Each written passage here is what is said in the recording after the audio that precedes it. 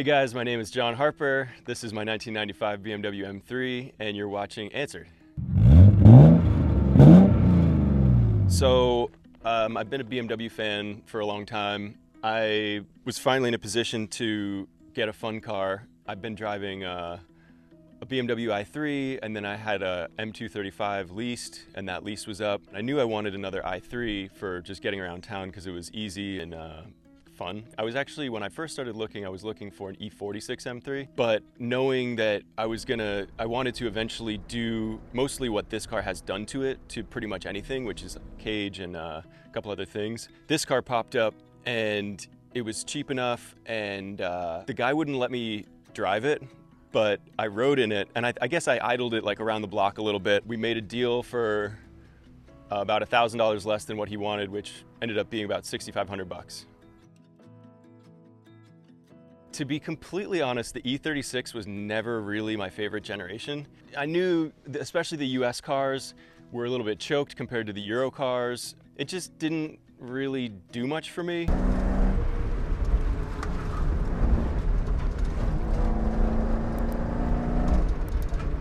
Until I was working at the Classic Car Club in New York, and they had an E36 M3 track car that was just like a dedicated track car, and I got to drive that a good bit and saw that, you know, they lightened up, stiffened up, a little bit of suspension, a little bit of cam. It could be really fun.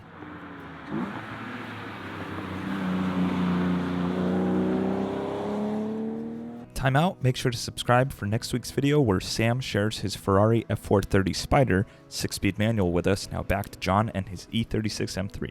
And also, the car club has this 89 E30 M3 in their fleet, which I drove a ton. And I always said to other people, I was like, I could daily this thing. I could be super happy driving this like all the time.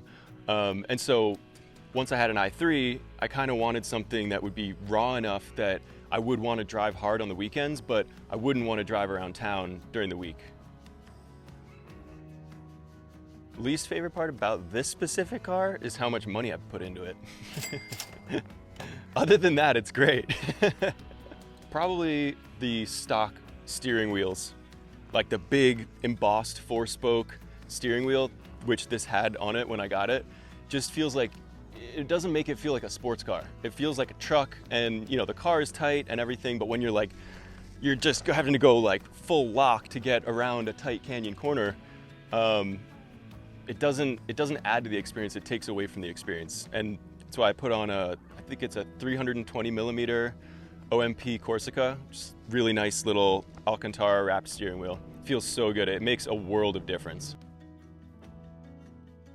So I bought it with most of this stuff done. It had the full cage already, full interior stripped. It's got 2 race seats, but only 1 5-point harness, which is something I'm gonna add, even though my girlfriend really doesn't want me to because she knows that I'm gonna make her ride with me in it at some point.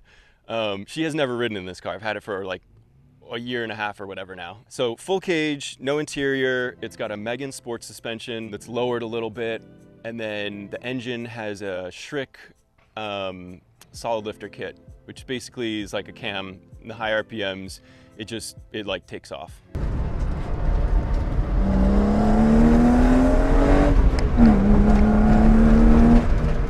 And then it also has Lexan rear windows, some real sticky Federal tires. Yeah, that's what it had when I got it. And then I've had to basically do a full engine I haven't done it, my shop did a full engine refresh. Little shout out to Star Autosport down in Culver City.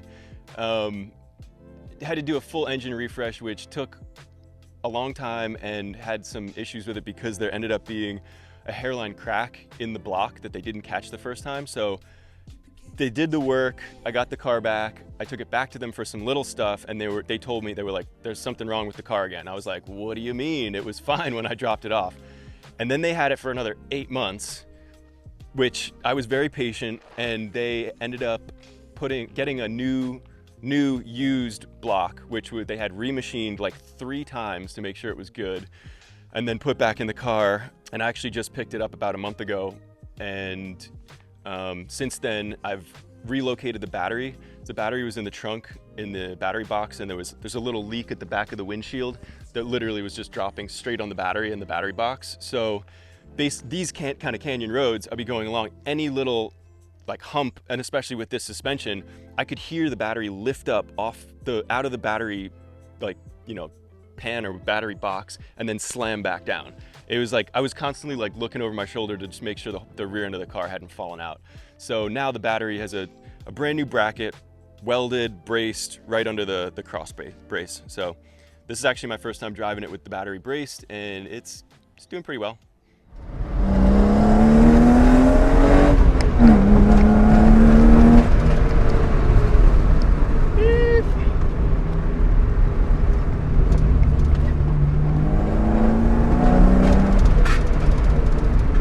Still a little bit of battery noise back there.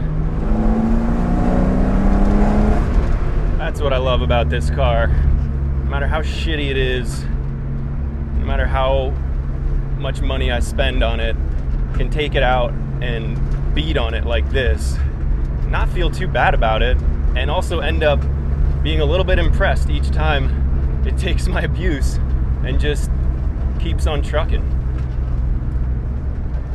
I love the sound that this car makes over about 3,500 RPM. It sounds a lot more like a E46 M3 with the way it rasps. And the rasp kind of like folds over itself. Really, really like that. Even if the car doesn't seem to like it so much. Although, temperature is rock solid. Not hearing any new noises. Feels pretty good.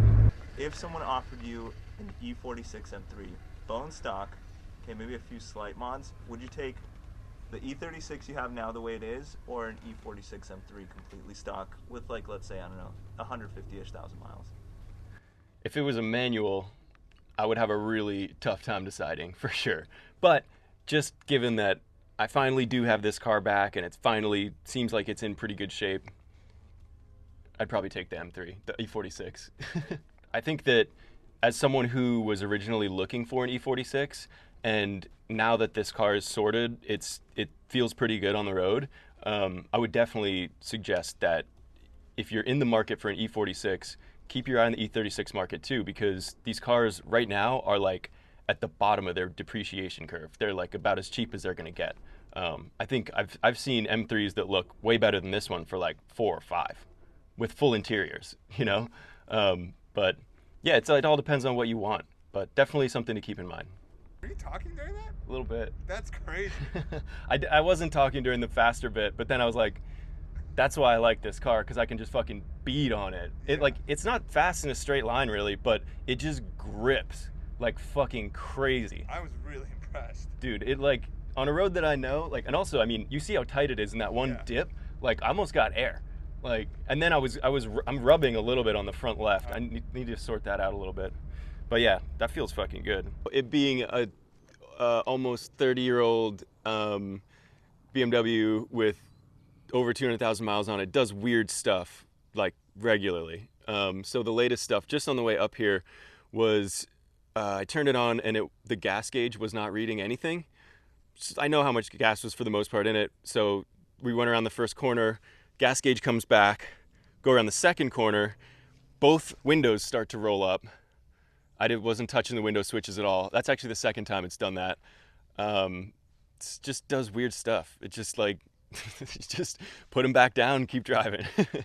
Have you done anything else weird? Just in general? Like other than overheating? Yeah. No, it doesn't overheat anymore, but when it needed the gasket, it did overheat, and that was just like, you know, that situation where you see it overheating, you pull over as soon as you can, call AAA and waiting for news from your mechanic. You're like, please just be like a hose or something. Wasn't just a hose.